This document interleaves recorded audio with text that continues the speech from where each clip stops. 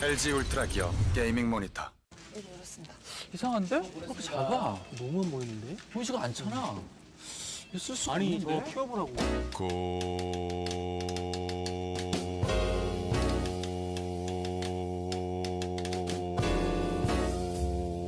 성능을 17대 화면으로 언제 어디서나 더 크게 즐기다. WQXGA 초고화질의 17대 화면, 16대10 최적의 화면비. 고성능 노트북의 새로운 기준. LG 울트라 기어.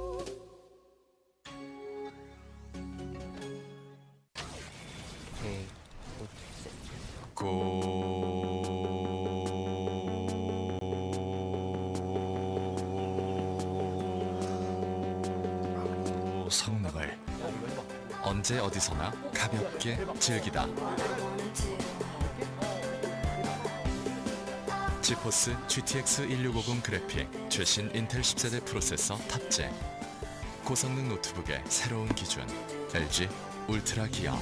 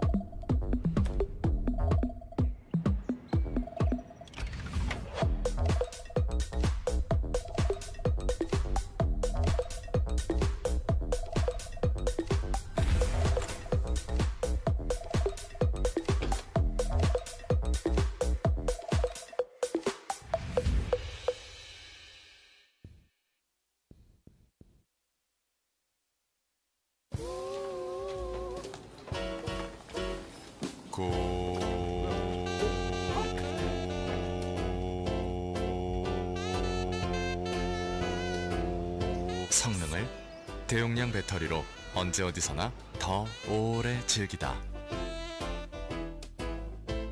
72Wh 대용량 배터리. 고성능 노트북의 새로운 기준. LG 울트라 기어. 듀얼 메모리, 듀얼 저장 장치. 고성능을 듀얼 업그레이드로 더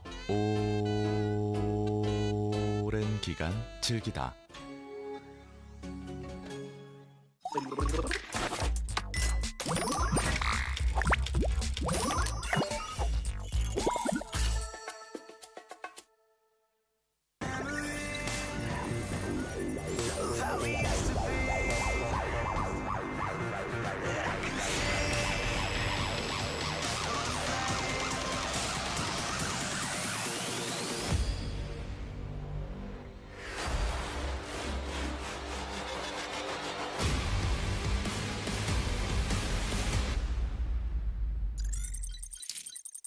The moment we have worked for the past 7 days is finally upon us. We have reached the finals of the Season 2 of the BJ Destruction League, brought to you by afreecaTV and Alpha X. Good morning, everybody. I'm so excited that you're all here with me.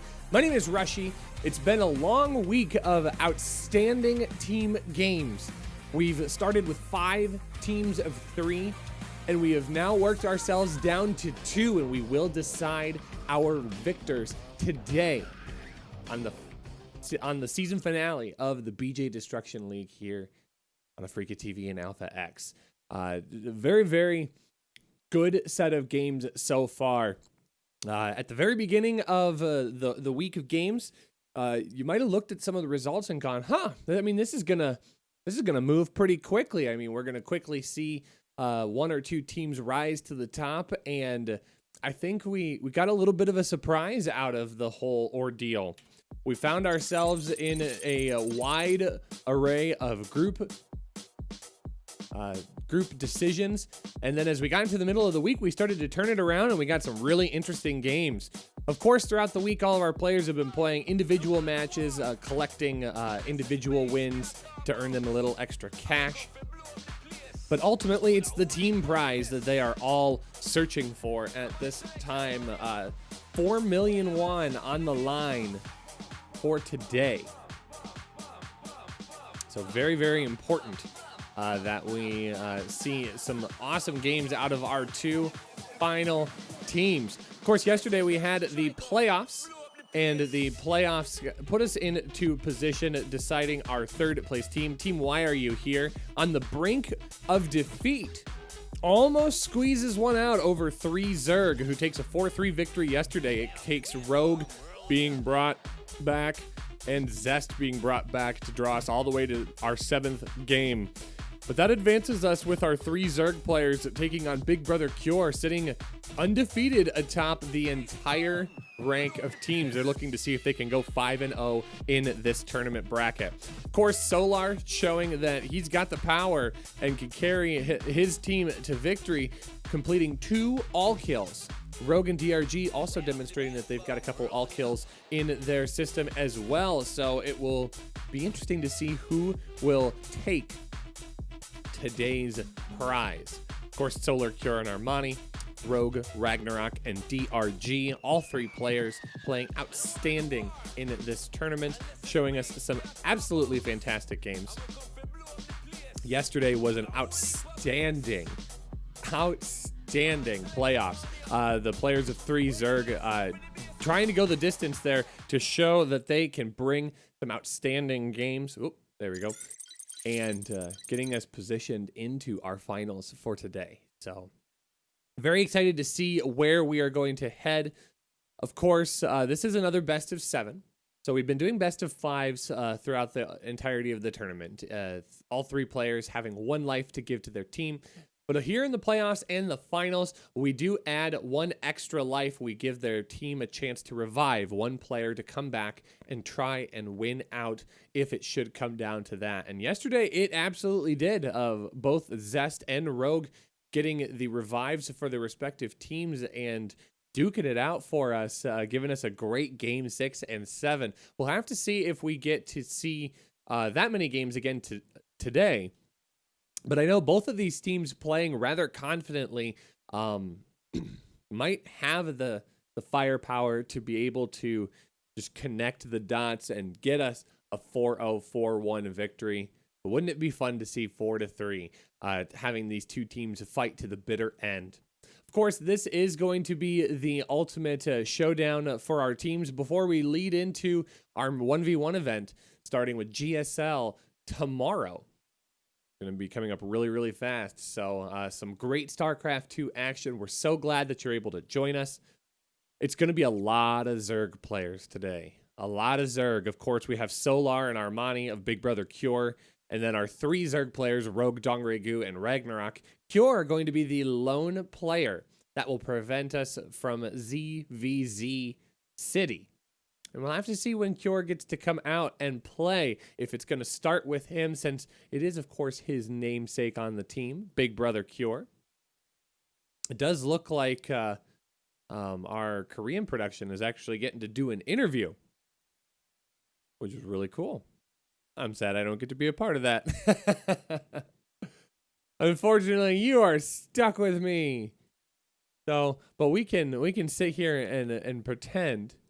I wish I even had any audio, because I would just gladly play the Korean audio for you and let you enjoy, and we could all pretend for a minute that we knew what was happening, and hearing all of the trash talk coming from all of the players.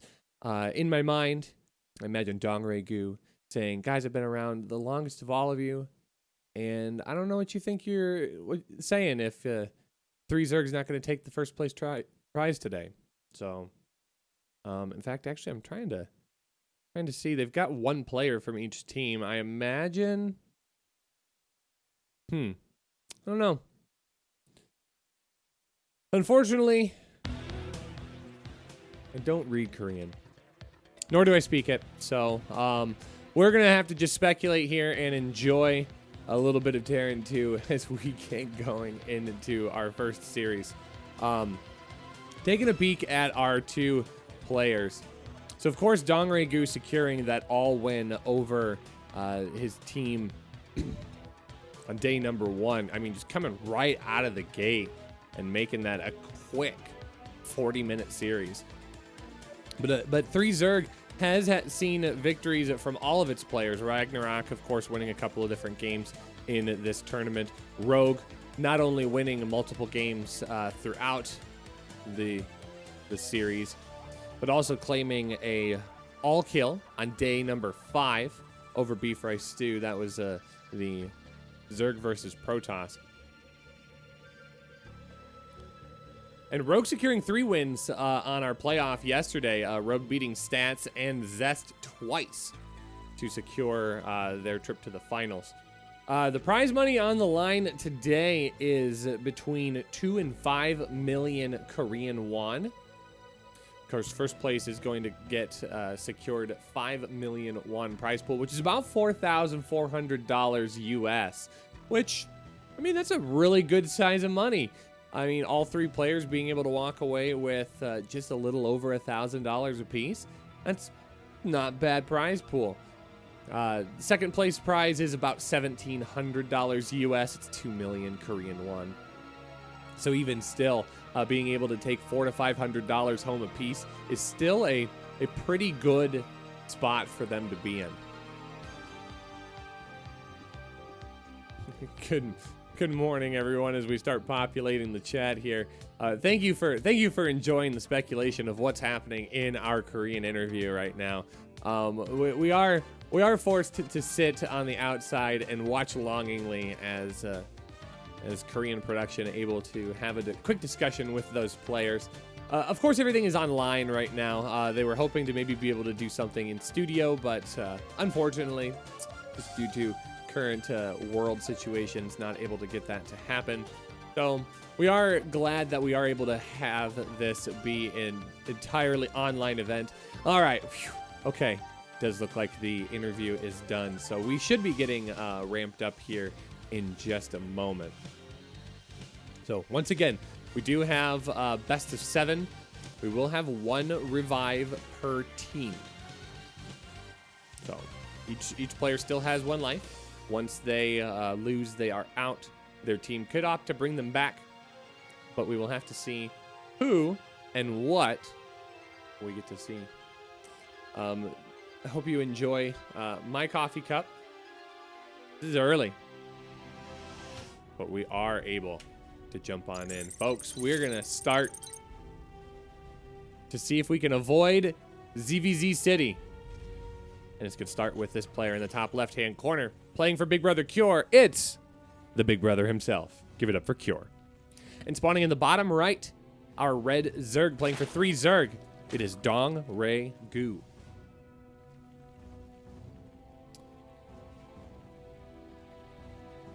And we are set here. Ooh. TeamLiquid.net being a little finicky here. Trying to get that going.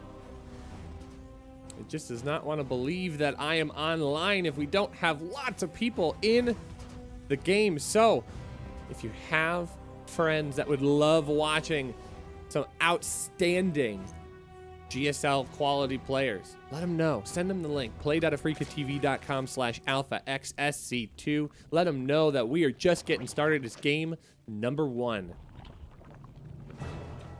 Thank you for joining me this morning. I hope you enjoy this cast. It's been very, very fun getting up at the crack of dawn for an entire week to bring you these outstanding quality games. So I'm so thrilled that you would join me.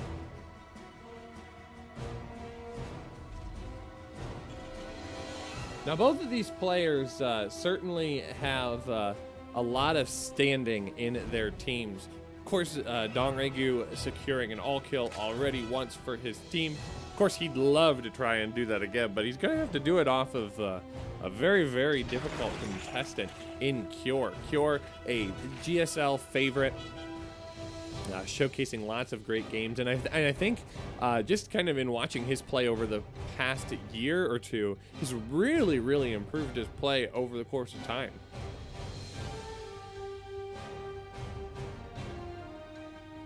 But of course, Cure, one of the older players in the scene, providing a lot of experience and expertise to not only his teammates, but to Terran players everywhere.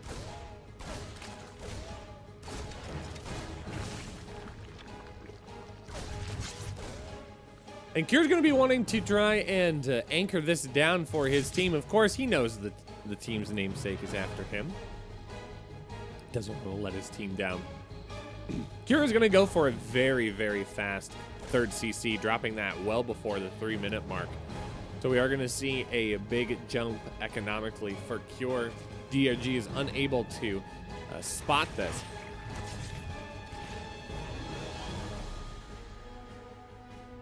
DRG just being very, very patient, not only with the Ling and Queen rotation here at the front of the natural, but also with his Overlord placement. Overlords being placed well outside of range of destruction. So they will be able to see any incoming units and not risk being deleted just yet here. Those two Hellions going to more than likely be spotted as, again, those Overlords sitting perched atop those two ramps. Really the only two ramps out. So I've learned over the last week here that people are very divided on Death Aura here. Death Aura, our first map in this series, has those acceleration zones in the center of the map, which I think is very interesting. I love it when the map creators use those extra assets to create more designs on the maps to keep things fresh and interesting. But I've definitely learned over time that there are quite a few players that are very divided. Some people are like, okay, yeah, cool, really enjoy some of the extra new things, but also quite a few people that really don't care for it. Now it is going to be a 2-1-1, and I think DRG is going to start picking this up here very, very quickly. He does see that third base go down on sight, so he does know that it's a very quick third command center. Behind this, DRG does have some Lings coming across. He's not going to get a whole lot done with this. More than anything, just going to tag the SCV, see if it can get it down. That SCV will not fall, but gets the scouting information. We do have stim pack just about complete here. Going to be about another 10 seconds, and this will be a rather quick timing attack. Loading up right away, going to zip across the map, going to hit about that 5-minute, 30-second mark.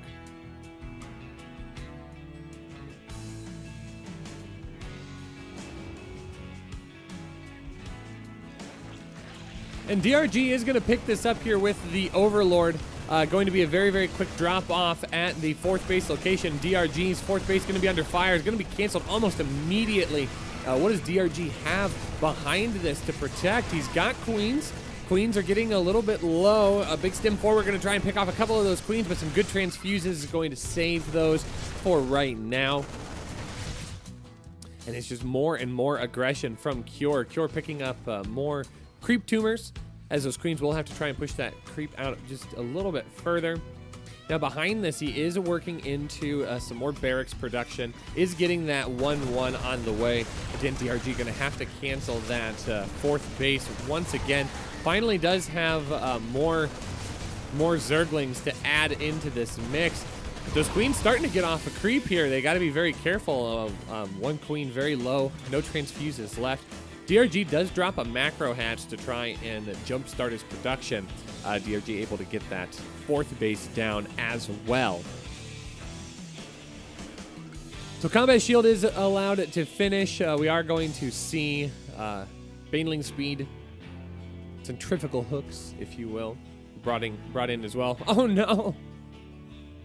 I think Cure is expecting that to be a full wall off, but not the case here. These Zerglings going to get a little bit of punishment down. Five workers killed so far. There's not a whole lot back here for Cure to defend against this. He is going to take those 6 workers and be content. Is going to get on top of the supply depot wall to try and eliminate a little bit of the supply cap of his opponent, and he is going to be effective in that regard. Is going to supply block his opponent. But Cure right now gets another deny on that fourth base, and sets himself into good position, but he is going to have to go back home. He's got to try and find a way to deal with this. But the Lings coming back from the base of Cure to deal with this. DRG going to hop on top of those tanks. Those tanks immediately going to get picked off. Tons of Zerglings going to be able to zone this all the way out. Tanks are going to go down, and DRG continues to resecure here. Now, Cure having to invest a lot in getting those supply depots replaced. DRG going to just rotate, place his 4th base down on the bottom side of the map at about the 7 o'clock position. And it is going to just be more and more Zergling Baneling production. He's got his Spire already down. 9 mutas on the way. 2-2 on the way for both players. It's about the same time. I think DRG's got about a second's advantage on him, but not much more than that. And it is going to be Mutalisk coming out to support the Ling and Banes of DRG.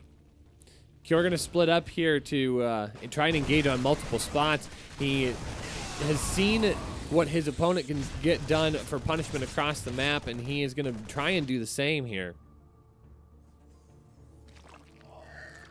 Of course, that Overlord able to spot that Cure is going to try and transition into that 4th base. Drilling Claws on the way as well.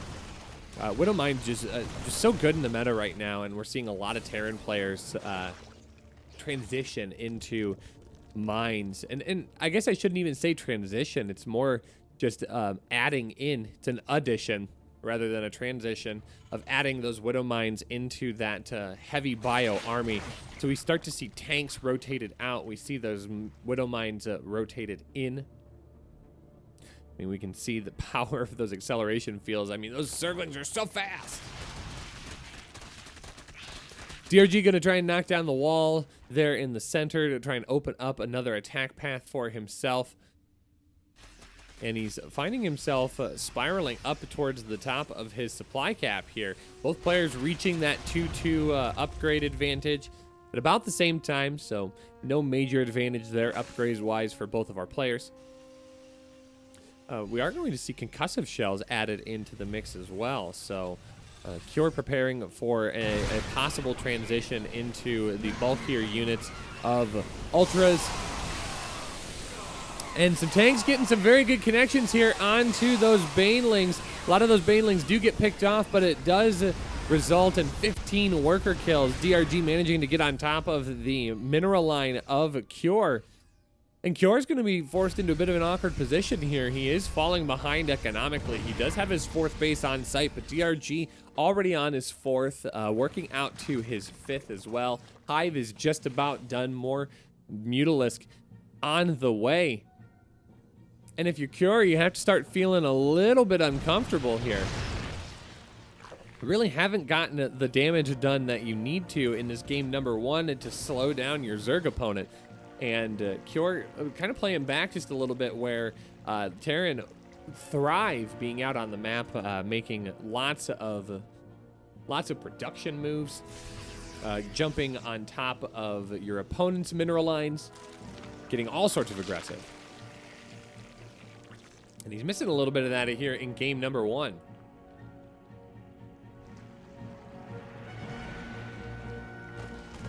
Of course, right now, Cure is going to try once again to get back out and be the aggressor, splitting up in a couple of different spots here. He is going to get on top of that 1, 2, 3, 4, 5, 6th base. Sometimes I got to count on this map because there's just so many different spots here. Mutalisk are going to clean up the base on the top right, but it's going to be this aggression on the bottom left that he needs to start paying attention to.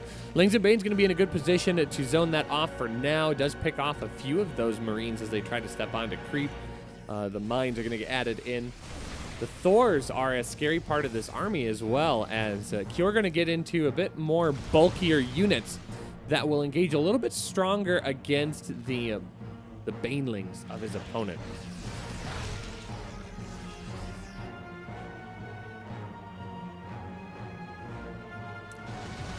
So now DRG, sensing a little bit of the urgency here, is going to get on top of the tech labs of these barracks to try and eliminate that Marauder production. We do see We do see Cure's main army coming out over here onto creep once again.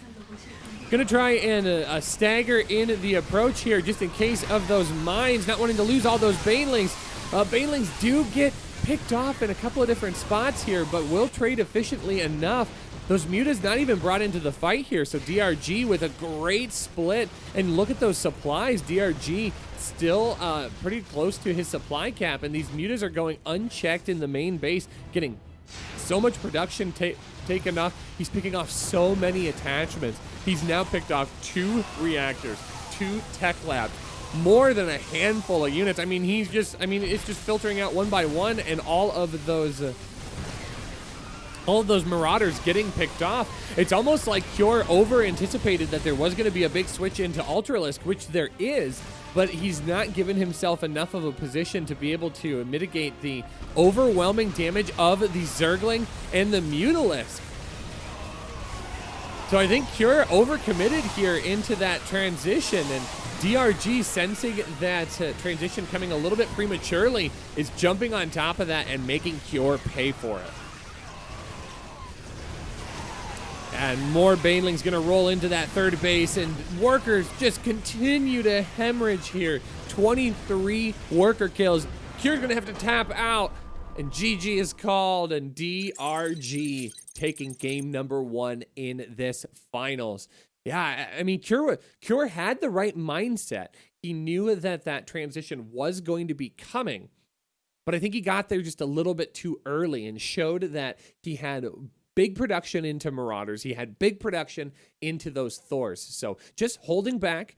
DRG just continues to make those Zerglings. He's already got 2-2 upgrades. He had worked up to his 3-3 and just was very patient. And he made Cure pay for it. And that's going to set us into game number 2.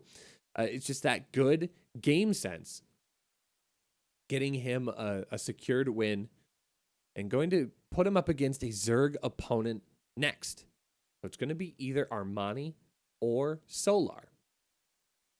We'll have to see where we head. But it is going to be ZVZ regardless.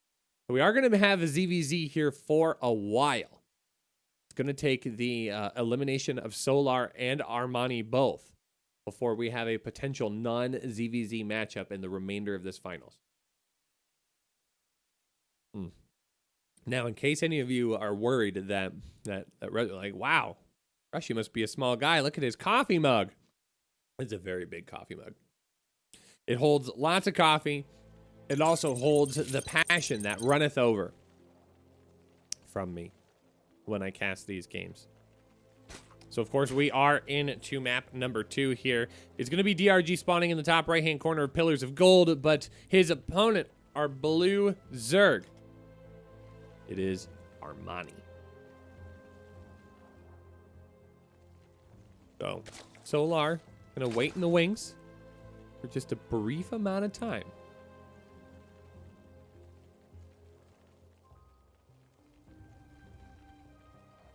I wonder if we are going to get to see him. I mean, Armani certainly has the capability here to all kill his team.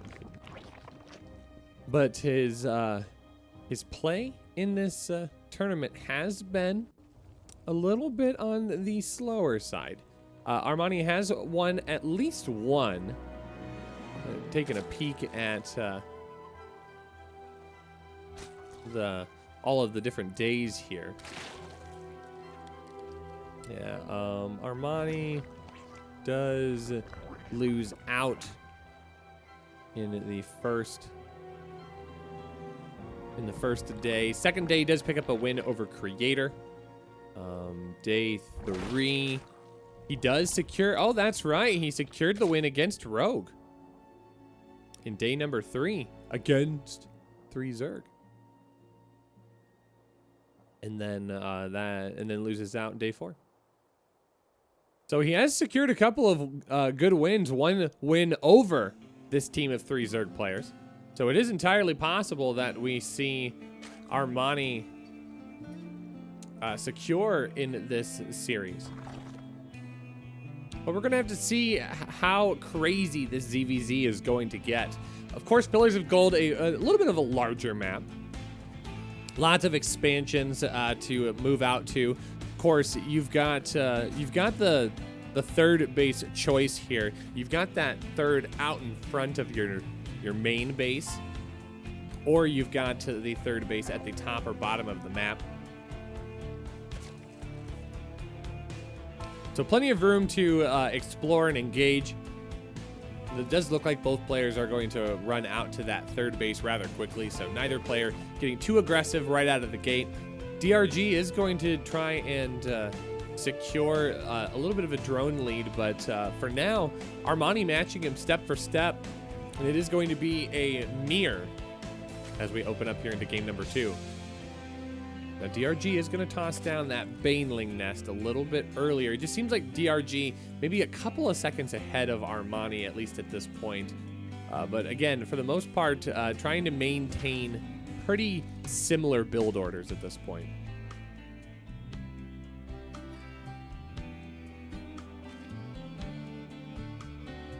Now, here's where things differ just a little bit. Armani does have the knowledge that DRG is going for that third base.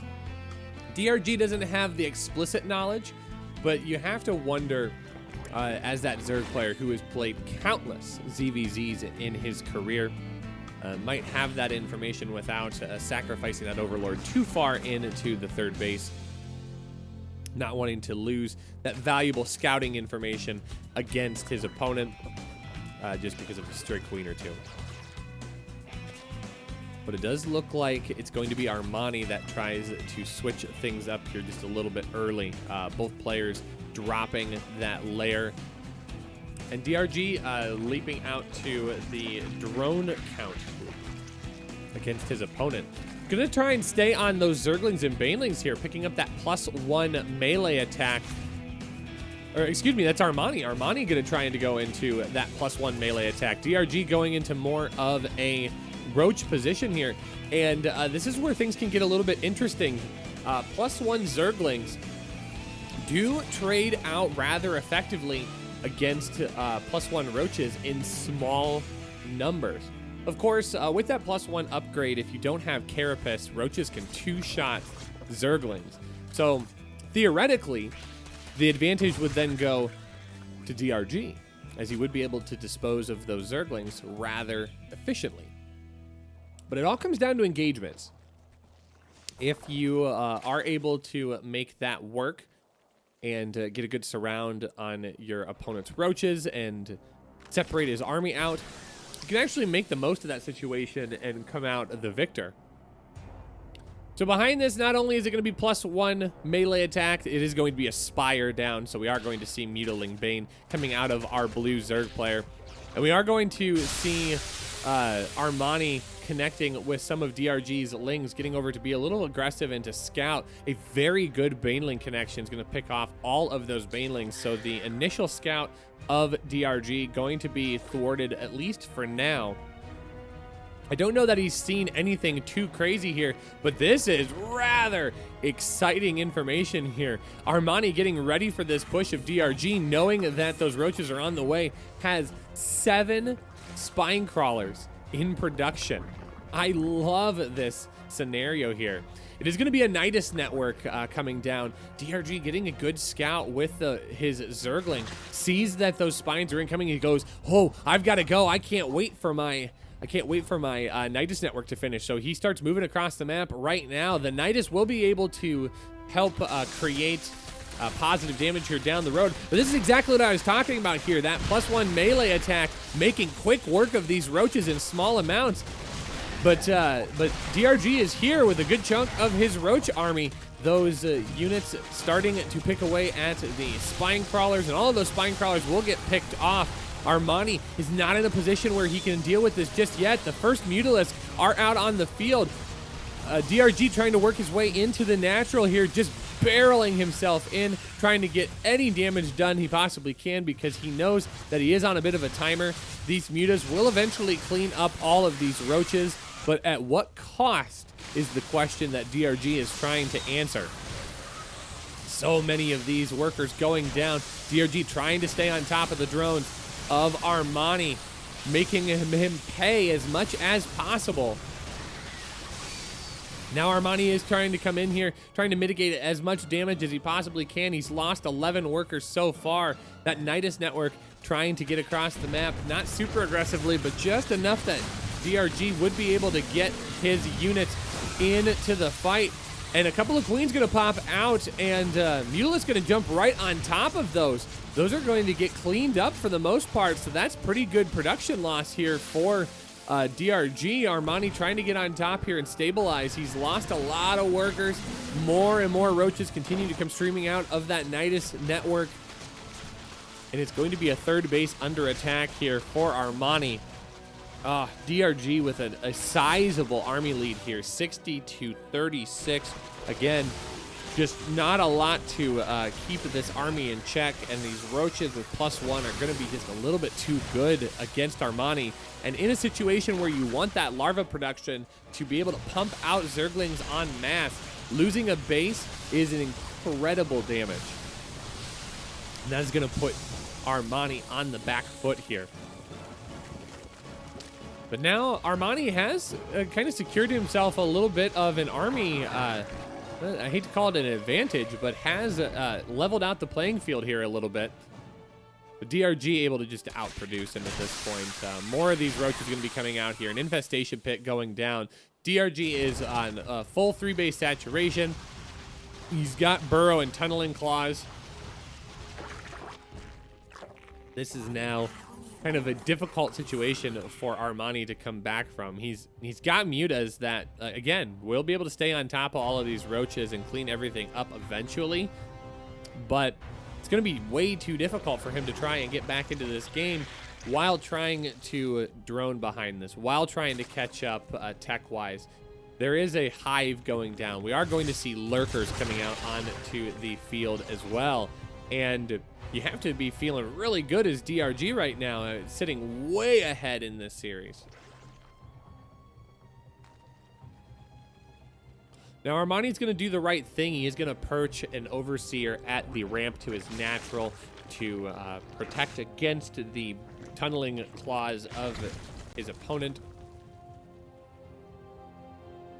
But once again, I mean, DRG's making units where Armani has to spend all of his precious larvae into workers, and that is not a position that you want to be in. Now, this could be a good response, but these are not fast banelings, and all of the roaches of DRG are here. Not going to be able to get in there. He picks off maybe one worker and damages the extractor, but that is not the damage he needed. Now infestors are hitting the field. They are working on getting energy, but they will be able to engage on top of those mutas very, very effectively. Fourth base going down for Armani is going to get spotted by those tunnel claw roaches. Wouldn't be surprised to see him turn right around once these roaches are engaged on top of. No, but he is just going to commit right on into the main, try and get some damage done on those Zerglings. It does force the Mutalisk back home. So once again, Armani not able to get across the map and deal the damage that he needs to. 5 infestors is going to be a lot of energy, a lot of fungals to zone out and deal with the Mutalisk count of Armani. But once again, I mean, numbers are just not on Armani's side. DRG, 104 army supply to the mere 46. And it's rather weak, it's a little flimsy. I mean, this Roach Hydra army will be able to engage. Hydras can be a bit of a liability versus Mutiling Bane, but as the Mutiling Bane player, you've got to have so much economy. You have to have so much army supply to make that disparity worth it.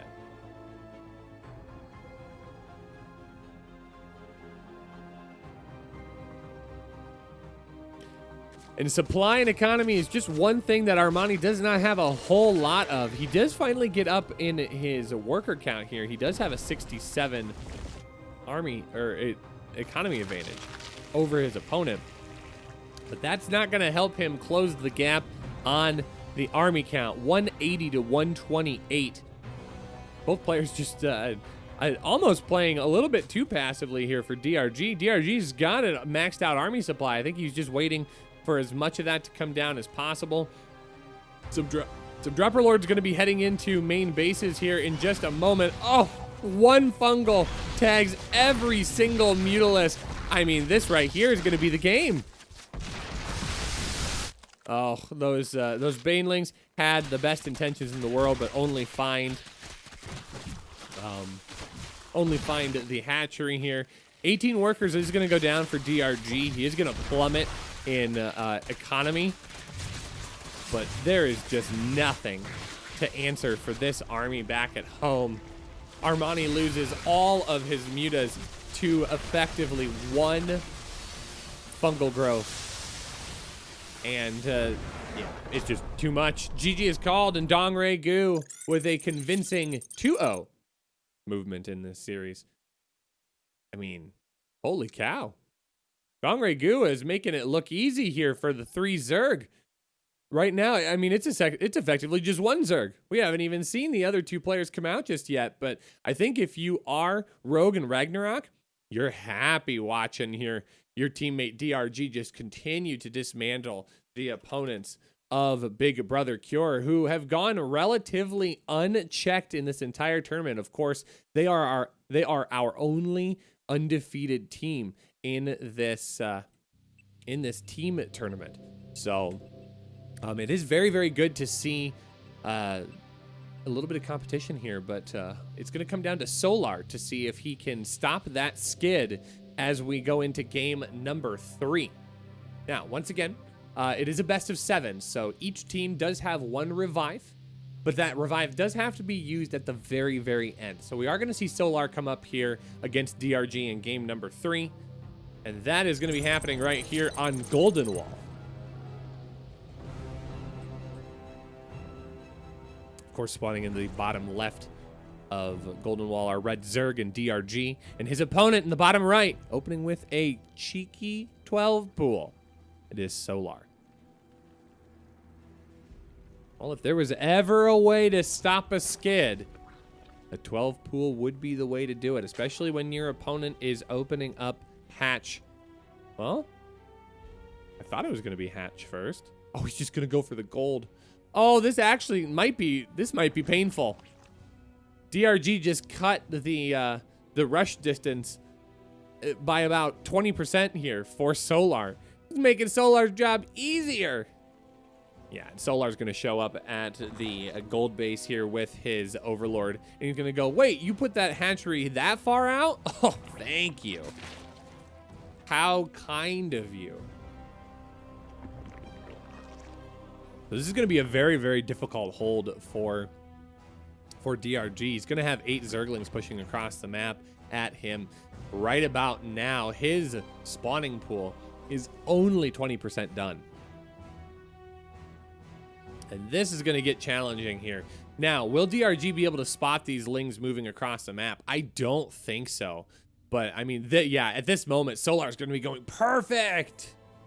Oh, Solar's cheering right now. DRG's got to figure out a way to mitigate this damage. I mean, he is a mile away from his main. This hatchery is going to be allowed to finish. Will DRG let it finish? He does. So he is going to try and commit into defending this base. But I just don't know what he's going to get accomplished here. He's only now getting Zerglings out onto the map. It's only 4 Zerglings. He's just letting it die. He's trying to buy time as much as possible. So he does get a little bit of larva off of this base. So a couple of Zerglings going to come out. But again, there's not a whole lot here to deal with the 10 Zerglings of his opponent. In fact, 2 more getting mixed out onto the map as well. And he's just going to run? No. Oh, Solar, that's a misplay, my friend. You've got an opponent that has a main that's wide open here. So now Solar does get into the natural and starts trying to get on top of the production here. Good little engagement. Will be able to get this zoned out. Behind all of this, though, for Solar, it is a gasless opener, so there is no speed. DRG could turn the tides here, by getting his speed out a little bit quicker. He will have banelings as well. DRG trying to get out to that gold base once again. He wants to get that secured and get that production up and running.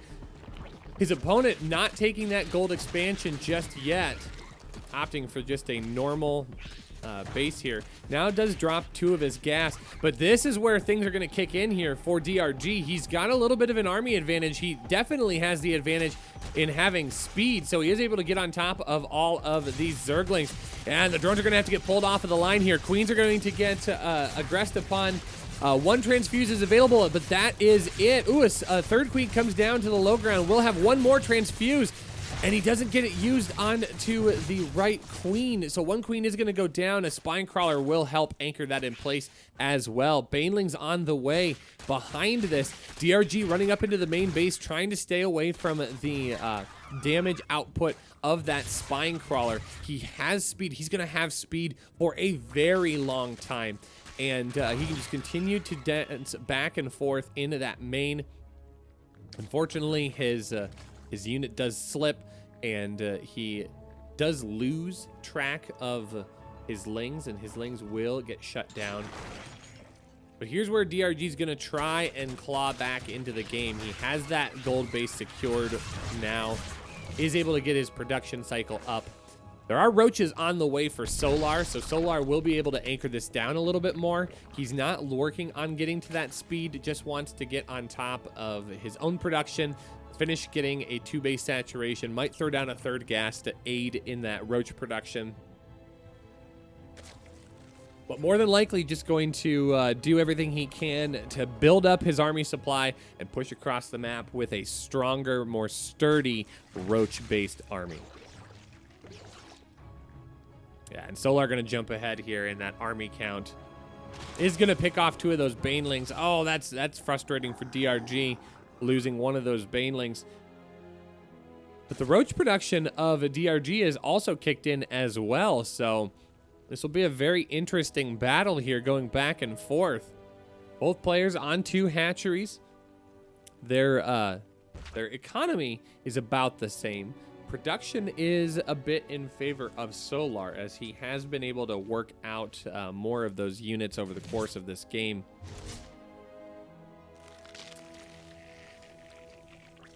Now going to be Solar moving out to his 3rd base and securing more here.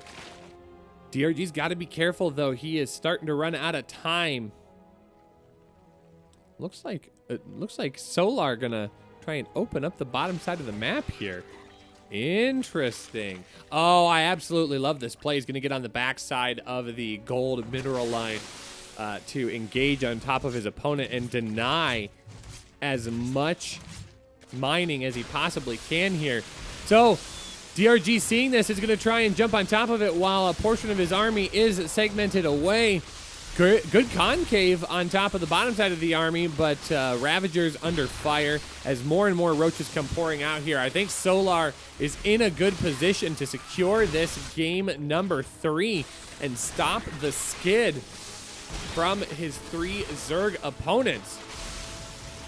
Yeah, more roaches come pouring across, and that's all it's going to take. GG is called, and Solar remembers the stay-at-home story cup and all of the amazing things that Sarah was able to do with 1 Ravager behind a gold mineral line. And that was just enough to put it away. So Solar does stop the skid, will give his team a point in this finals. And now we are going to get to see either Ragnarok or Rogue come out to face their opponent in Big Brother Cure. So very, very excited that all of you could join. 73 awesome people here. Thank you for checking out the finals. You guys are watching the finals of the BJ Destruction League Season 2, brought to you by afreecaTV and Alpha X. My name is Rushy. So glad that you guys are here. Oh, this has been a very, very fun week. A lot of fantastic games.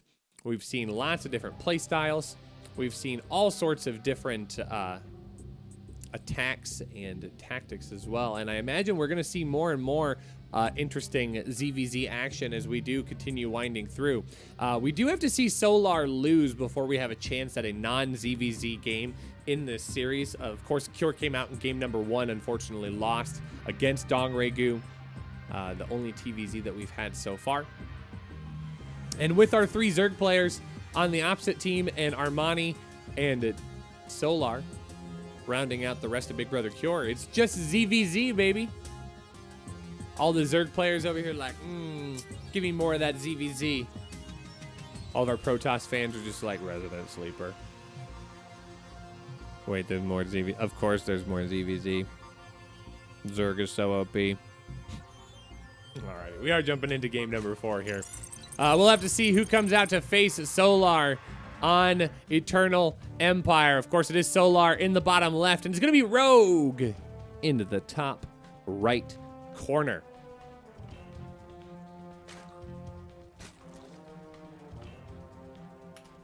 Now, Rogue, no stranger to the early aggressive openings, but right now, not going to see that happen in this particular series. Both players going to run out to their natural expands and take care of business in a super normal, non-spooky way. I'm both excited and disappointed. No, I think it's a good thing. I think it's a very, very good thing.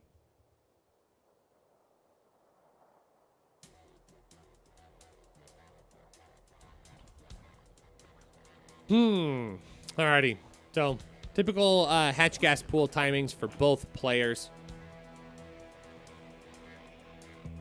This map doesn't have a whole lot of weird, cheeky shenanigans to try and play around.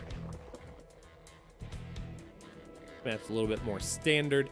One of the reasons why it did get saved from the previous map pool. I do really like the current map pool for all of our different races. I think it's very, very interesting. The map maker's getting incredibly creative as we start to probably inch our way closer, realistically, to the quote-unquote balanced version of the game. Of course, we are in our 10th year of StarCraft 2, and we are still seeing very regular balance changes to keep the game fresh and exciting and as balanced as possible, which I think is fantastic, especially for a 10-year-old game. But as with Brood War, we do start to see the game run to a point where the units can't really get changed a whole lot more without drastically leaning the disparity in one direction or the other for any one of the 3 races. So much in the way that Brood War map makers have done what they can to mitigate a little bit of those advantages and disadvantages, I think we're starting to see some of that here in StarCraft 2, which I think is a very good thing. I think that is the way that an older game should go. Let the maps assist in creating some of those advantages and disadvantages for all of our races. I think it makes for a very fun game environment. But you might have a different opinion from me, and if you do, that's totally fine. No big deal here. We are going to see Solar get out to a quick Baneling nest here. His opponent not opting for one just yet. Both players are out to their 3rd bases. Solar going, or excuse me, Rogue. Yeah, no, I was right. Solar. Sorry, I got mind flooded for a moment. Solar is going to jump out to that 2nd extractor as well, so he's going to get that added extra gas income. That will help him afford lots of Banelings. Will also aid him if he wants to transition into that Mutiling Bane. And it does appear that that might be the case here as he does get out to a lair. Now his opponent in Rogue is still sitting on 3 bases. No Banelings just yet. In fact, I haven't even seen a Roach Warren go down. There is a lair on the way and a evolution chamber.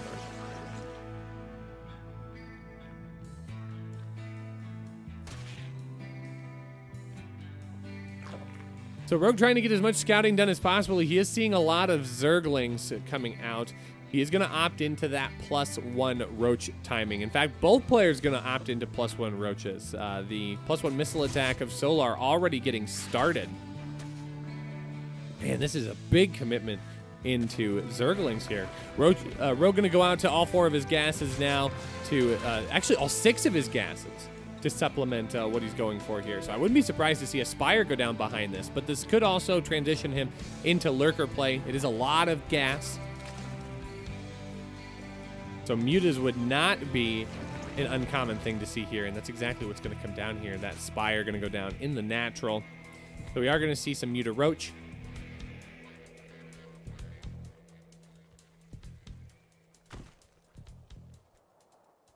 And I think it is just going to be a bit of a fake play here, as he is picking a +1 melee attack, trying to fake out his opponent, but Solar able to get his scout in here and see that there's a Spire on the way. And Solar's going to get more and more of those roaches. He's picking up roach speed. He is getting that +1 missile attack. Solar going to jump ahead here. Rogue, my dude. Solar's already beaten one person on the back of roaches. I'm not sure what he's got going on here. There are a lot of spine crawlers coming down once again. Nidus Network going to come down for Solar. And, I mean, this is basically just a repeat of game number 3 at this point. So we're going to have to see if Rogue can dial this up any better than his teammate Dong Regu was able to do so. There's going to be 12 mutas coming out. And there is the first Nidus Network. Now, Rogue is going to be able to spot that right away. Will he be able to get that killed in fast enough time? He is going to deflect a little bit of that damage, but these roaches are going to go unchecked in the third here. All of those spine crawlers are going to get picked up. He is going to be able to shut down the initial Nidus Network, and all of these roaches are going to get jumped on top of. Great Zergling surround will be able to cut off the retreat of those roaches here, and all of those mutas going to be able to get work done. No queens coming across the way as well to help mitigate this damage. So these roaches are going to get mostly cleaned up here. They're going to try and pick off as much as they possibly can, but there's just nowhere for them to go. They've committed all the way in. Their attack path is cut off at the natural ramp, and Rogue dials that up so well. GG is called, and Rogue secures his third victory. Well played. Rogue had the timing down better. He knew exactly what Dong Regu wasn't able to accomplish in the previous game and knocks out Solar here. So we are now to our first revive of the series. We're going to have to see where Team Big Brother Cure heads here. I mean, they are on the verge of elimination for the first time in the entire series. I don't think that they ever once were in fear of elimination here. Yeah, I'm actually just curious here. Yeah, Big Brother Cure. Okay, so they did go 3-2 against Beef Rice Stew. So they were on the verge of elimination once. Well, and Team Y, are you here as well? Oh, yeah, Solar getting that reverse all kill. Oh, okay, okay. I'm not going to dramatize this anymore.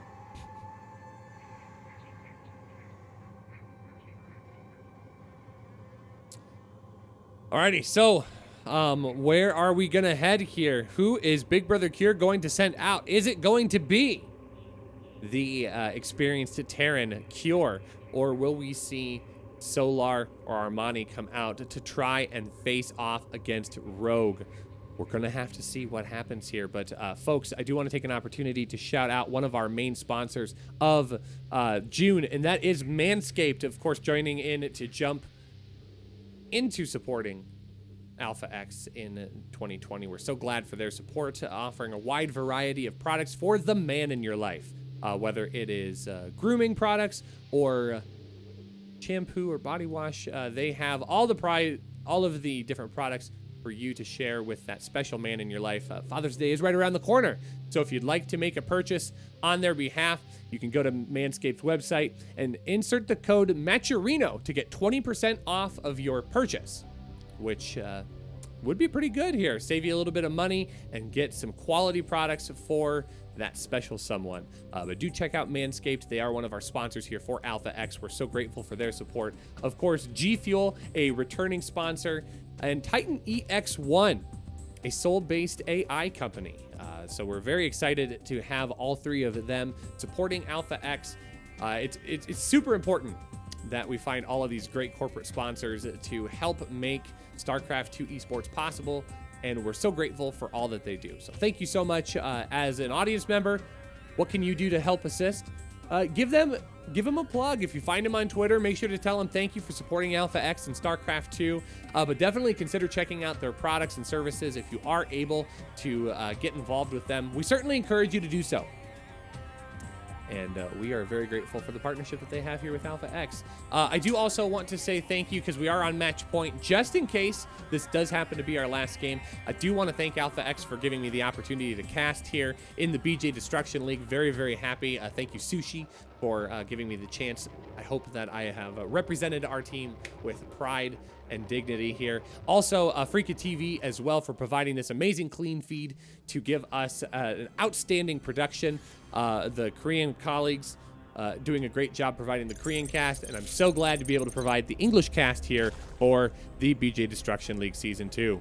We are into game number 5. It is Rogue in the top left, and it's gonna be Big Brother Cure coming out to secure a reverse win in this grand finals. Cure, the final bastion of hope, as we do get into game number 5. It's going to be a ZVT. So it will be Zerg versus Terran the remainder of the way. Cure on his last tournament life here, looking to close out a perfect undefeated team win over Team 3 Zerg. But he's got a big order in front of him. He's got to beat all 3 of the members of 3 Zerg here. Of course, Rogue, his opponent right now, Ragnarok, waiting in the wings. And we could see Dongregu come back and make a reappearance in their revive. But admittedly, we are a little ways away from that right now. Both players going to open up rather economically. And we are on Submarine. I guess I don't think I made mention of that. Submarine, one of the shorter maps in our pool. Would not be uncommon to see Rogue jump out to something a bit more aggressive. These timing attacks hit just a little bit quicker with the short map of this pool. But I really love the colors. I mean, we talked about the map making in general right now. Cure just confirming that there is, in fact, a natural. I think that's a smart move on his part. But all the different colors of Submarine, I really do enjoy the aquatic features. And here is that quick timing I was talking about in game number 5. Going to be an early Roach Warren.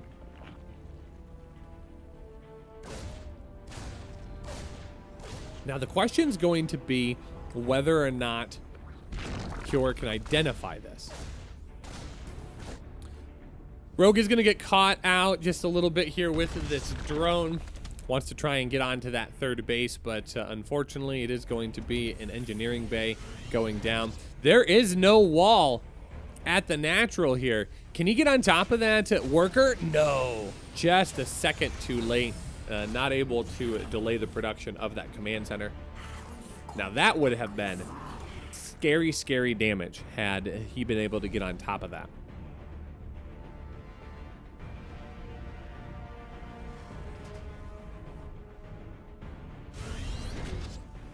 But I think that it's going to be the timing happening here. Can Rogue turn this out and make this work? This Reaper is going to just barely see roaches. I'm not sure if he identified. Okay, now he definitely did. Grabs that creep tumor here, and now things are going to transition here. There is going to be a Starport Tech Lab. What's going to come out of it? Is it going to be a Banshee? It's going to be a Banshee. Banshee would shut this down. but is it going to get too much damage done in the meantime? Roach is going to get up here at the top of the ramp. This aggression has begun. It's a bit of a time limit here as he is going to get on top of the reactor here, and now workers are going to start getting targeted here. Banshee's still in production. It's going to come off of the heels of a lot of worker kills, though. These roaches are going to trade really effectively against the Hellion defense, and Rogue just going to try and get to the mineral line. He's going to get as much damage done as possible. The Banshee should be out in just a moment's time. How much more damage can Rogue get with this? He's killing off workers like crazy. 13 worker kills so far. All of the workers pulled off of the mineral line for Cure. There's no mining happening right now. Cure needs to try and find any possible way to get back into this game, but he's lost 16 workers. He's lost so much economy here. This is dangerous damage here for Cure. What can Cure do to get back into this game? Rogue behind this is going to get his lair. He's going to add more queens. I mean, there is Cloak Banshee going to come out, but Cure is in such a bad position. Mules are good, but I don't know if it's play down from 20 workers good. We're going to have to see what Cure can get done here. Cure is not going to tap out that easily. Not going to go quietly on this best of 7 series. Not when the team name has his namesake. Okay, double Banshee gonna rotate here. The lair is finally done, so an Overseer will be added into the mix. That will negate the advantage of this Cloak Banshee. And I wouldn't be surprised to see more roaches go down behind this, but it is going to be a Spire. So a tech switch into more than likely Mutas to just continue getting that that mobility advantage over his opponent. And this is going to be a very, very difficult precipice for Cure to get back from. Rogue up 64 to 48. He still has an 18 worker advantage over his opponent. Armies are almost even, and Rogue's going to be able to produce. Now, the one advantage here is that Rogue is only now getting his third base, and actually Cure also going to secure his third base as well. So production-wise, this has not been spiraling out of control the way Rogue probably would have wanted it to go. Now, Cure is going to see the Spire come down. One of those Banshees does get picked off. That is incredible damage. That will mitigate any of the payback that Cure can do here as Rogue pumps out 7 Mutalisk.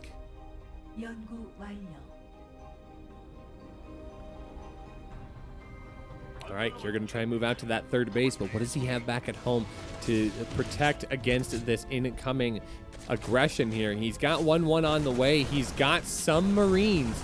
Marines do have stim.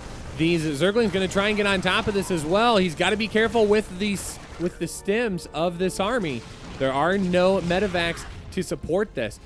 Both of the Banshees are picked off here. Rogue in a position to strike. I think he could possibly do it if he can make this timeout well. He's going to draw those Marines all the way down to the bottom side, and he's going to pounce. This is his time to strike. He's going to get into the main base here, and this could be one of the last engagements. Muta's going to get on top of all of those stray Marines. Marines going to get picked off one by one. Oh, the other Marines are just kind of trailing on in. This is a bit of a scary position to play from here. Rogue exercising this advantage here, getting up to that greater worker lead. Forcing his opponent to create more and more units and less economy.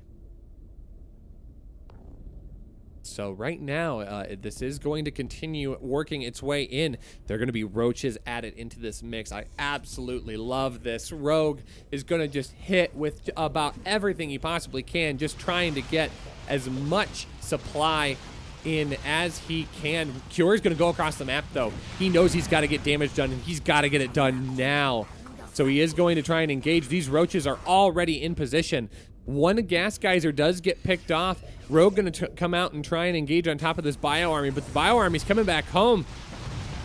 So Rogue going to dive on in, going to kill more workers here. There is a tank that he could possibly pick off, but he is going to get on top of all of those Marines instead, and the tank is just going to give itself. Oh my gosh, I thought maybe he would get that tank for free. Not quite. He might rotate, though, and be able to snag it, but no, the Marines are just too good. Rogue continuing to pick off more and more units, though. 64 to 39 army supply differences here. Rogue is just making it look easy in game number 5. Yeah, and this is going to be a big roach push timing here. Jumping up to 80 army supply. There are 2 tanks here, but those 2 tanks, I don't know if they are going to be enough. Mutila's going to try and pick off more of this army. Getting those stims exercised here, trying to work off as much energy off of those medevacs as he possibly can. Rogue also getting out to a 4th base behind this. This is just going to be death by 1,000 cuts at this point. 16 roaches on the field. It's going to be 21 before this is all said and done. He is going to have that +1 missile attack, getting +2 carapace to help deal with this. But here comes the push. Rogue moving across the map. He's got Ravagers. He's got Roaches. He's got Mutas. Now all he needs is one good push. And here it comes. Muta's going to come in on the top right-hand side. Those Ravagers going to work their way in, try and get as far back as possible. They do get Biles down onto the tank, but doesn't quite clear it up here. So finally that tank is going to go, but that came on the heels of a lot of damage for Rogue. Cure with a very, very good hold here. So that did not go the way Rogue expected it to go. And now that worker disparity has been closed for Cure. Still a bit of a 20 army supply advantage here for Rogue. What happened to all the Mutas? Did all those Mutas get cleaned up? I mean, that's insane if that did happen, because those Mutas would have been able to spot for the tank on the high ground, but those tanks are going to be able to work uninhibited.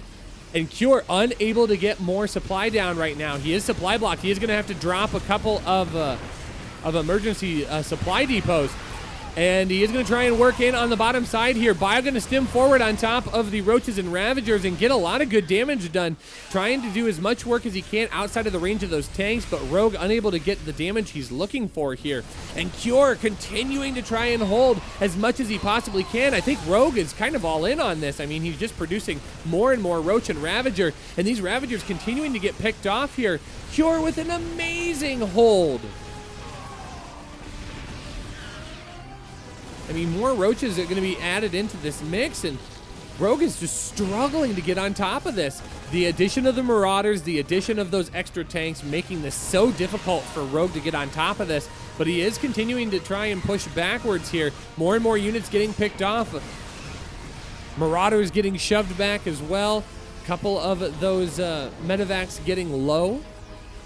I mean, Rogue does have 4 bases behind this, so economically he's not in a bad spot. He can continue to reload and refresh. But it's just going to be more Roach and Ravager at this point. Rogue trying to get some more lanes cleared up here. Does not want to get choked up on the map. And this could potentially be a good surround location, but instead Cure's just going to step back and say, wait, I don't need to engage you just yet. That creep spread is getting out to the center of the map and becoming a bit more of a problem. But I think at this point, if you are Rogue, you just want to try and prevent this army from being able to advance forward and getting a 4th base location. So Rogue is maxed out supply right now, but Cure is as well. And Cure has a very, very strong anti-Roach army. But now it is going to be Cure trying to move out onto the map. Can he get a good position here? This isn't the position that you're looking for Rogue. Those tanks getting all caught up in a choke and very, very well protected by the bio. So Rogue is going to have to back off. He needs to let his opponent move a little bit further forward here. But how do you engage on top of this army? These tanks are going to be allowed to leapfrog forward. And Cure going to get into a very, very good position as he does start to move on to creep. We'll be able to start cleaning up some of that creep spread and pushing it back. Rogue going to grab that 6th base as well. More Bile's going to go down. One of those tanks gets low, but it does not go down. And the more times Rogue engages on top of this army and is not able to kill tanks, that is incredible damage for Cure. Cure actually in a position where he is going to secure a little bit of an army advantage here. 102 to 101. Again, those tanks being so important here.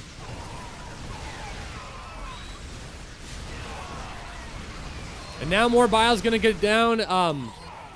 One of those tanks finally falls, but again, it's coming at the cost of so many inefficient Biles. Cure with an amazing push here down the center of the map, and Cure might find himself securing a Game 5 victory, saving his team from elimination. Oh yeah, I mean, these engagements by Cure are so good. Those tanks continuing to be saved. Concussive Shell making the most. Yeah, Concussive Shell making the most of this situation here. Yeah, GG is called, and Cure with an outstanding micro situation, saving his team from elimination in the finals here. Well played by our Korean Terran. Very well done. So we are going to see Cure versus Ragnarok coming up here in game number 6. Ragnarok, the last unrevived member of Team 3 Zerg. Cure could possibly bring this to a game number 7. We're going to have to see what Ragnarok can dial up against the strong player in Cure, but both of them are GSL contenders. Both have made it rather deep. Cure has gone, I think, a little bit deeper into GSL. Not entirely sure how far Cure has been able to go. Kind of curious here. We can find that information. I don't know that we'll be able to find it on quick notice here.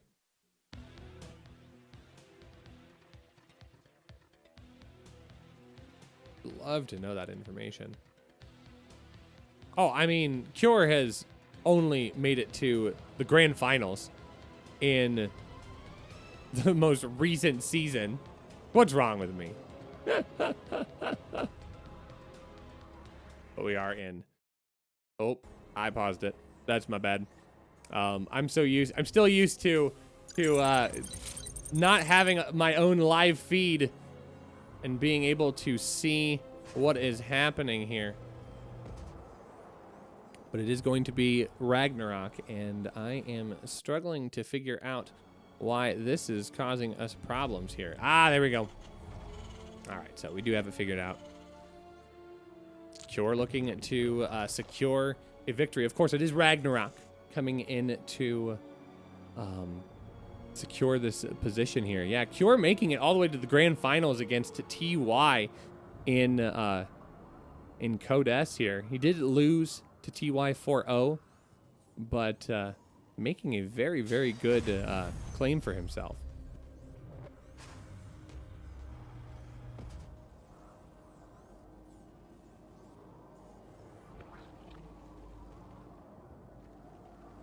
But if you're Ragnarok, what do you try and draw up against this Terran player on Ice and Chrome in game number 6? It's going to be Cure on the verge of bringing this to a game number 7 in an ace match.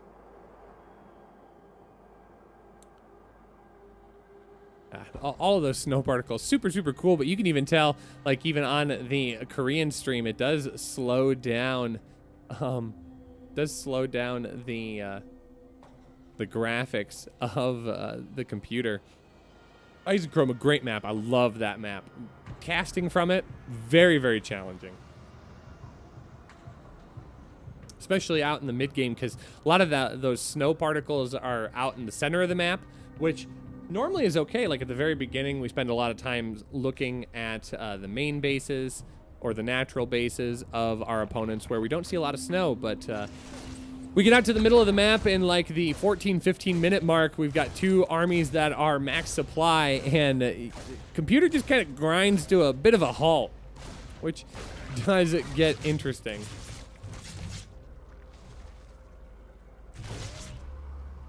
So Ragnarok able to push this back, but it comes at the cost of 2 Zerglings of his own. He does get out to a third base, and we will see a standard 1-1-1 opening here for Cure. Tossing down the Tech Lab. Why do I feel, why in my gut do I think that there's going to be a fusion core on the way? I don't know. Maybe I'm playing too much diamond level players, and that's just naturally where things go. But this just, I don't know, just feels like we might see a fusion's core go down. Now the Stargate is done. We do have more Hellions out onto the map, adding into the mix. We do see a Marine come out, and it is going to be Banshee production behind this. So we are going to see that Cloak Banshee upgrade coming in.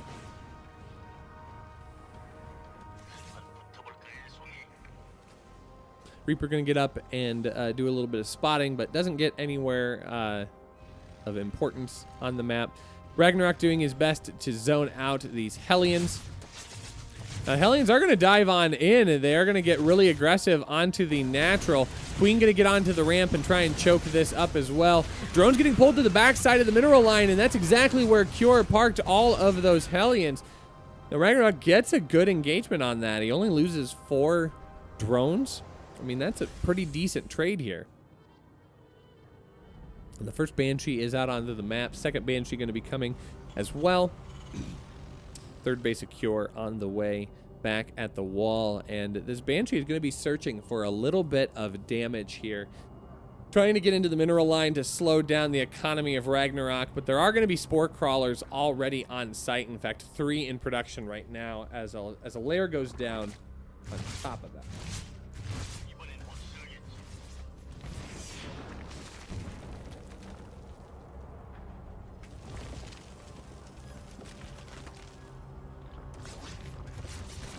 Okay, Zergling production going to be added into the mix here. We are going to see a good BIOS shot.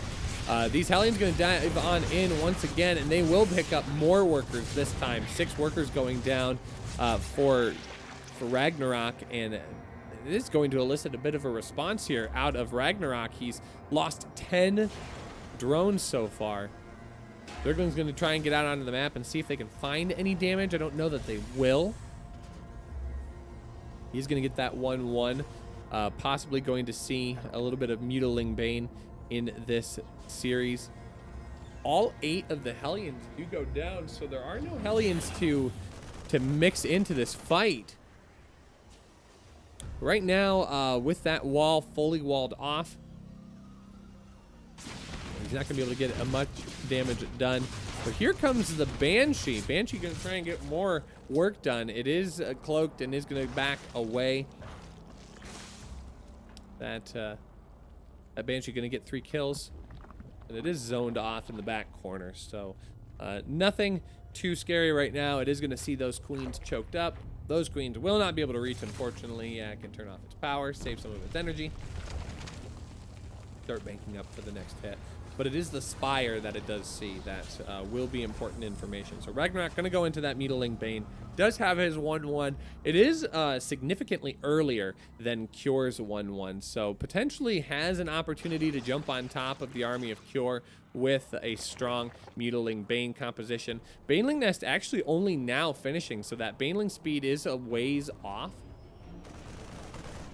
which will make it difficult for Ragnarok to try and engage on top of this army off of creep. There are going to be 9 Mutalisk on the way, further delaying that Baneling speed. 1-1 is just about done. So this would be the time for him to try and get in there, but does look like Cure is going to be the one that moves across the map. Ooh, I love this Zergling run by. Zergling run by going to try and punish here at the third base, and there really isn't a whole lot to defend it. So this is going to get on top of it, and these Zerglings are strong. Immediately going to get 6 worker kills.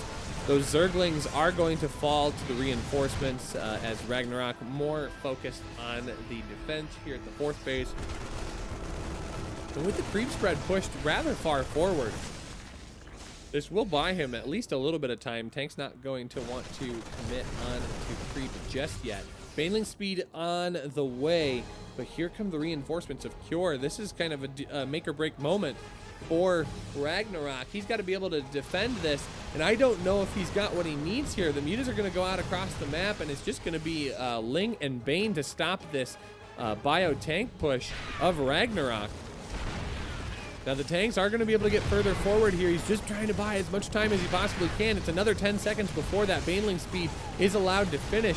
Now he does have plenty of Banelings, so he can engage on top of this, but he's got to be careful he doesn't toss these away to tanks. Tanks will absolutely obliterate this, and now that Baneling speed is allowed to finish. Good Baneling surround coming in from multiple angles, and the Mutalisk are going to come join the fight as well, and that is going to clean up most of the tanks. One tank left behind for Cure, and Ragnarok going to try to make the most of the situation. Dives on in for round number 2, picks off the last tank here, and Ragnarok has a great advantage here. Doesn't want to overextend though. He does shut down the push, but more Marines streaming across the map here. Now Cure does have a bit of an army supply advantage, 62 to 52. But Ragnarok's army, very anti-marine. He just needs to play patiently here. Ragnarok going to try and get on top of the reinforcements here, picking off stray Marines as he possibly can. And he does get a few, which does help. Every little bit of damage that he can get done is very important. 2-2 on the way for both players. Does look like Ragnarok is a tiny bit early. Uh-oh, drones. Oh no, that's a misrally. Those drones off to conquer the world, or to realize, wait, crap, drones under attack. What's happening here? Okay, that's a misfortunate misrally. All right, Muta's gonna try and get on top of that third base, but a sensor tower is going to eliminate the effectiveness of that. So Cure is going to see that there is, in fact, a fifth base down. Ragnarok getting ahead economically. He does have 85 workers, which is a good place to play from if you've got Mutaling Bang. A couple of those Mutas actually going to fall almost immediately to the stray army of Cure. But Ragnarok needs to continue engaging appropriately here. Ragnarok's got what it takes to close this out, but Cure has got the experience. He's got the ice in his veins. And on Ice and Chrome, he is extra crispy. So 2-2 is done for both players. Drilling Claws is complete, as well as that +1 vehicle plating. But now Cure going to try and secure his fourth base here, flying that command center out. Oh man, would I love to see Ragnarok get on top of this. But Cure going to post up. Very good defensive posture here, and will zone this away. The Thors are now starting to be added into the mix, and it looks like Ragnarok's going to max out here and try and roll across the map with his army.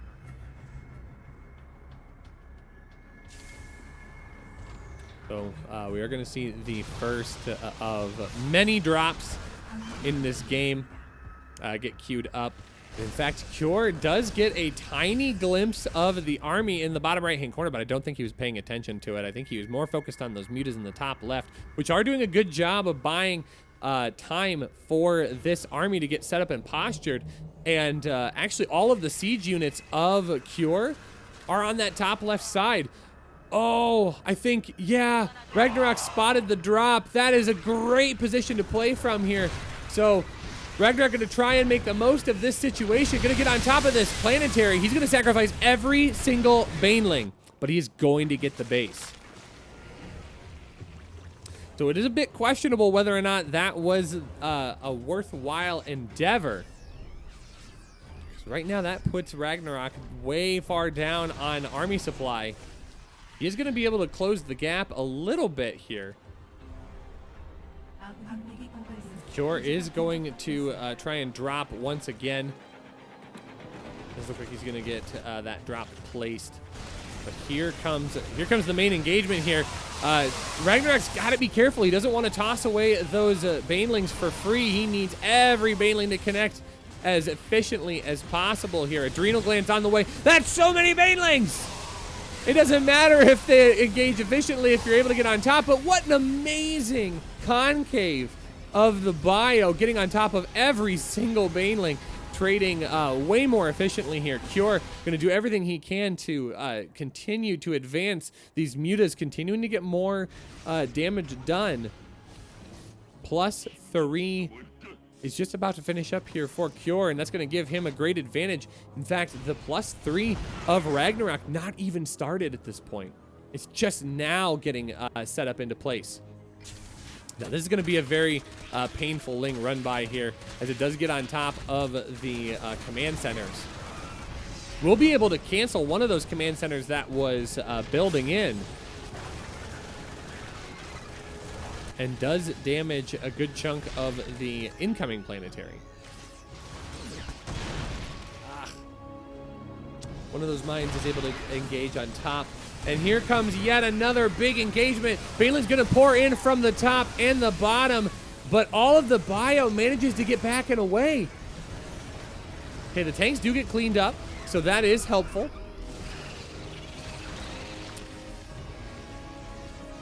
But now it is Widow Mines being added into the mix here. And those are going to make quick work of those banelings, even on creep. So Ragnarok needs to continue to be patient here. Muta's going to get out across the map and pick off some of that valuable scouting information that Cure has in sensor towers. Ragnarok going to add down his 7th base here. 1, 2, 3, 4, 5, 6 bases already secured and on site. That 7th base going to go down. Ragnarok leaping forward in economy. You can trade inefficiently as a Zerg player. If you've got the economy to back it up, he's going to toss down his 8th base as well. Oh, I mean, that's got to make Cure feel nervous if he starts to scout that. And more Zerglings going to keep on sneaking into bases here to pick off little bits of damage. Both players relatively maxed out here. Ragnarok at 196, he's effectively maxed out.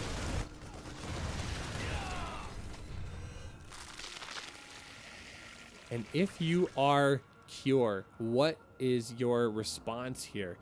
You're seeing an opponent that is going largely into that baneling production. It looks like it's going to be Ghosts. Now, Cure did this once before. He accidentally overcommitted too early, and now this time Ragnarok able to get his higher tech units out a lot faster. So many banelings! Jeez, that is insane amounts of banelings. Able to get a lot of damage done here. Ragnarok does have to turn around, though. He's got to be careful to respect this and get back out of the way, but that is just so many banelings. Ragnarok using that high gas count to be able to not only get ultras out onto the field, but having so many of those banelings to trade as effectively as he wants to. And Cure does slip in his economic advantage here. 93 workers of Ragnarok to 57 of Cure. There's just going to be more Ling Bane rotating on to various sides of the map.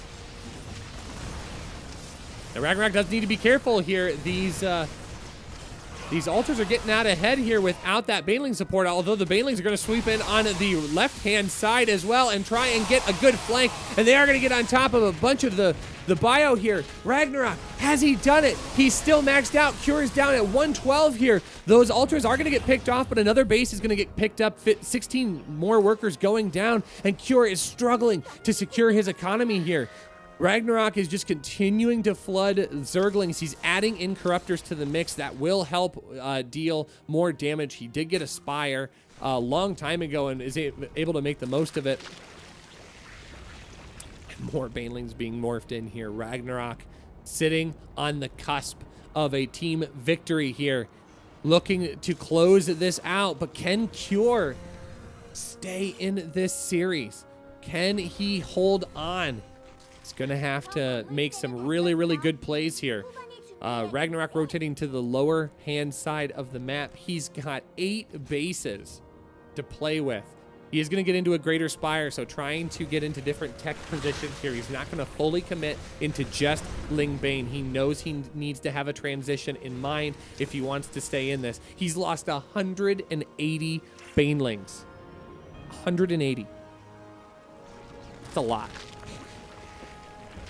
And he's got 22 more on the way, so we are going to see that number eclipse 200 at this point.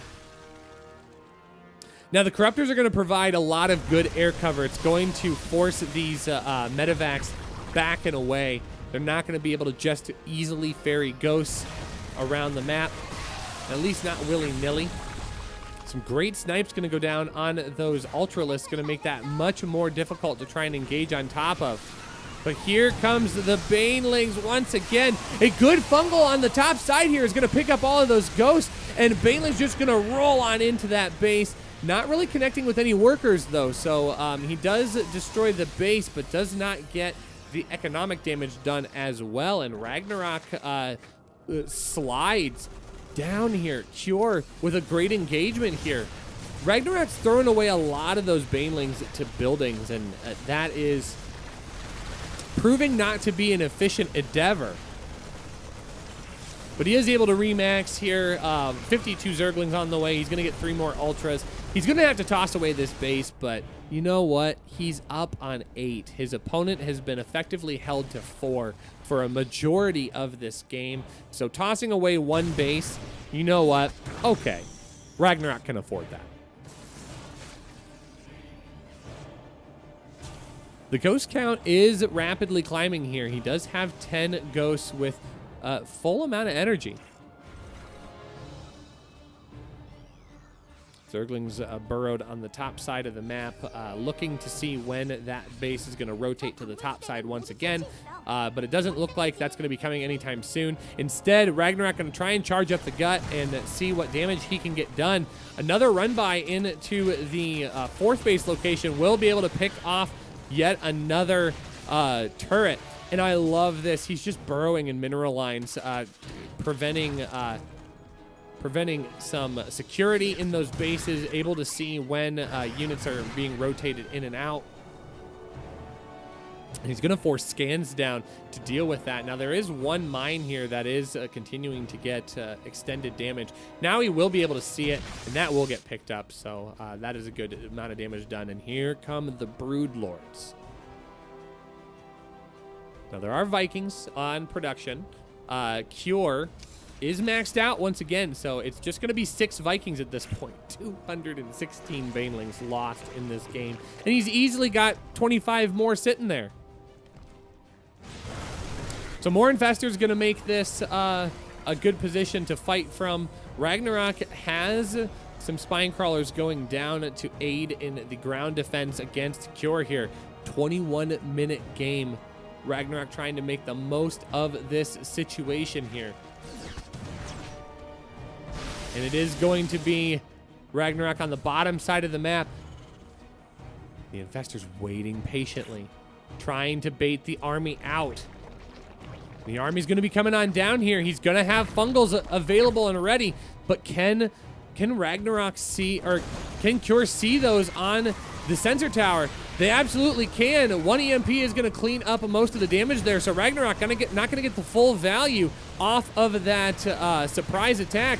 But here come the Banelings once again. These are going to connect with workers, and this is a much better engagement for Ragnarok. He is going to pick off 22 workers here, and that's going to be very, very scary damage. Now, this is another base that Ragnarok can afford to give up. Ragnarok has reclaimed the base on the bottom side of the map. He's also taken another 8th base location, so he can rotate out of this base. That is not a bad situation for him to play from, but Cure does have 146 army supply. Ragnarok's got to trade efficiently here. He's down 30, but Ragnarok can remax. There is a fusion core out.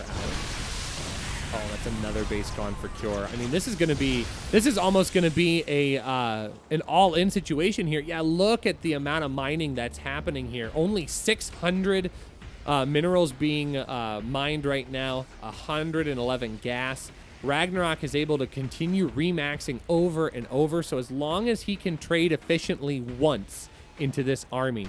This should be enough to secure the team win for Ragnarok and 3 Zerg, but Ragnarok still has to earn it here. 154 to 116 army supply is nothing to shake your nose at.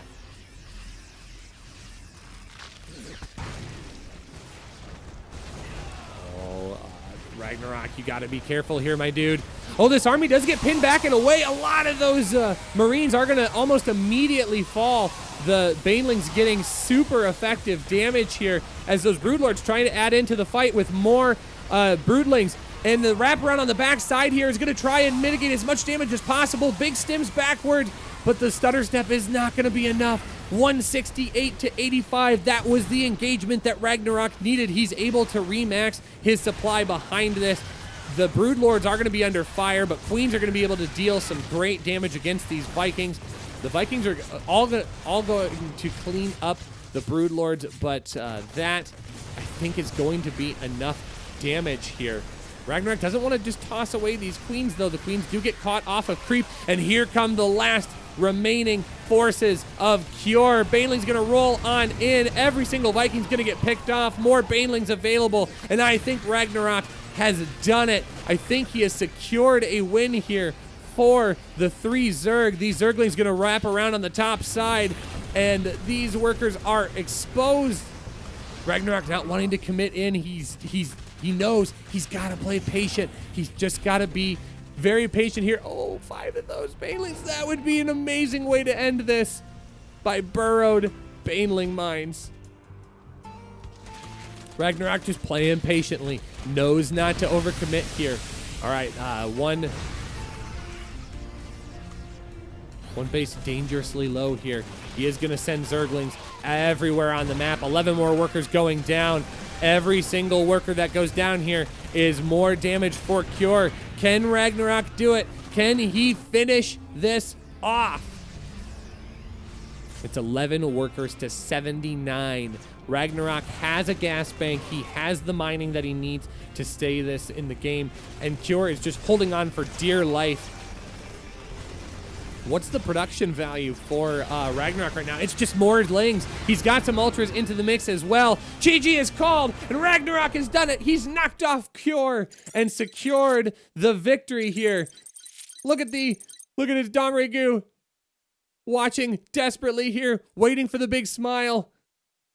Sees those Zerglings come pouring on in, and that smile, GG is called, and Ragnarok secures the win. And your champion is the 3 Zerg players of Rogue, Ragnarok, and DRG. Some outstanding games here. The final game going the distance. And we are crowning this team champion.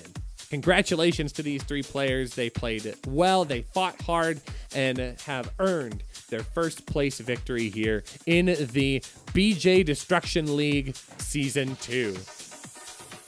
Of course, here is the situation. DRG securing those first 2 wins, and it is an entire team effort here as Rogue and Ragnarok able to pick up 1 win apiece. Congratulations. Unfortunately, Big Brother Cure unable to continue their reign of undefeated triumph. But that is going to be it for our tournament here. Congratulations to those 3 Zerg players as we wind down our production here at the BJ Destruction League Season 2. Thank you so much for joining me. What a great 7 days of content here on afreecaTV. Big thank you to afreecaTV for providing the clean feed and the opportunity for us to cast this series and entire Destruction League in English. Of course, I want to say thank you to Alpha X for allowing me the opportunity to be the primary caster for this event. I had an absolute blast. I hope you guys enjoyed these games. If you did enjoy this, please do consider following Alpha X SC2 as we have tons of great content here. It does look like there is going to be an interview. Unfortunately, we will not be able to be a part of that. So we are just going to continue with our sign-off process. Alpha X providing lots of great content here in 2020. So please do consider checking out our social media up here. We post all of our events on Twitter and Facebook. YouTube is a great place to find VODs of all of our different events, not only the Alpha Pro Series, not only VODs of the BJ Destruction League, but we also cast GSL in Spanish. So if you are a Spanish viewer, you can check out our live Spanish cast of the GSL that we will be starting tomorrow. We have not only lots of content here on afreecaTV, but also Twitch TV as well.